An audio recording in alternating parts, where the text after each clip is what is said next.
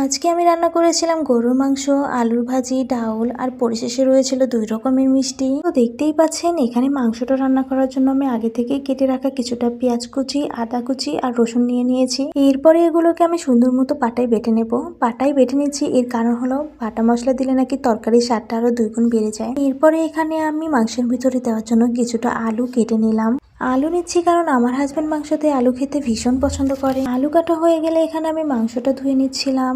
এইখানে মাংসের পরিমাণটা একটু বেশি হওয়ার কারণে আর বাটিটা একটু ছোট হওয়ার কারণে মাংসটা ধোয়ার টাইমে শুধু বারবার পড়ে যাচ্ছিল, তাই ঠিক মতো ধুইতেও পারছিলাম না। মাংসটা ধোয়া হয়ে গেলে প্রথমে একটি কড়াইতে মাংস, পেঁয়াজ, আদা রসুন বাটা এবং কিছুটা কাঁচামরিচ কেটে নিলাম। এরপরে এখানে পরিমাণ মতো হলুদের গুঁড়া, মরিচের গুঁড়া, জিরার গুঁড়া এবং মাংসের যে মশলাটা থাকে সেটা দিয়ে নিলাম। মাংস রান্না করবো আর মাংসের মশলা দেবো না সেটা কখনো হয়। তারপরে এখানে দিয়ে নিলাম 2টা তেজপাতা এবং গরম মশলা। আর এই যে দেখেন মাংসের মধ্যে আমার সমস্ত উপকরণগুলো দেওয়া শেষ। এইবার শুধু রান্না করার পালা। এরপরে আর কোনো কিছু না ভেবে সরাসরি চলে আসলাম রান্নাতে। তো প্রথমে এখানে আমি কড়াইটা চুলাতে বসিয়ে নিয়ে ভালো মতো নাড়াচাড়া করে নিলাম, যেন মশলাগুলো ভালো মতো মাংসের সাথে লেগে যায়। ভালো মতো নাড়াচাড়া করার পরে এখানে আমি মাংসটাকে ঢেকে দিলাম।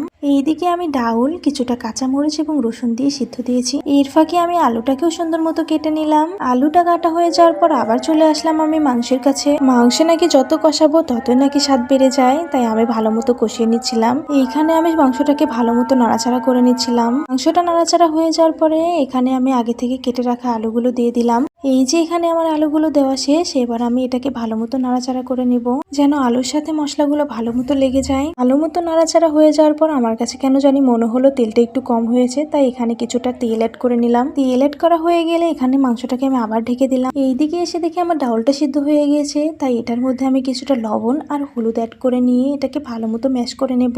ডাউলটা ম্যাশ করা হয়ে যাওয়ার পর এখানে আমি পরিমাণ মতো পানি দিয়ে নিলাম। এইবার এখানে আমি ডাউলটাকে তেলে দেওয়ার জন্য উপকরণগুলো নিয়ে নিলাম। এখানে রয়েছে পেঁয়াজ কুচি, রসুন কুচি এবং তেজপাতা। এইবার আমি এগুলোকে ভালো মতো ভেজে নিয়ে ডাউলটাকে তেলে দিয়ে ফেলবো।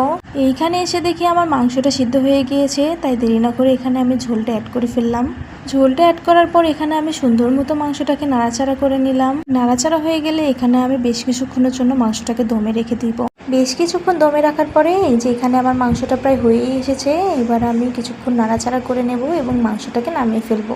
আর এই যে দেখেন এখানে আমার মাংসটা রান্না শেষ। অফ ক্যামেরাতে আলুটাও ভেজে নিয়েছি এবং ডাউলটাও তো রান্না শেষ হয়ে গিয়েছে।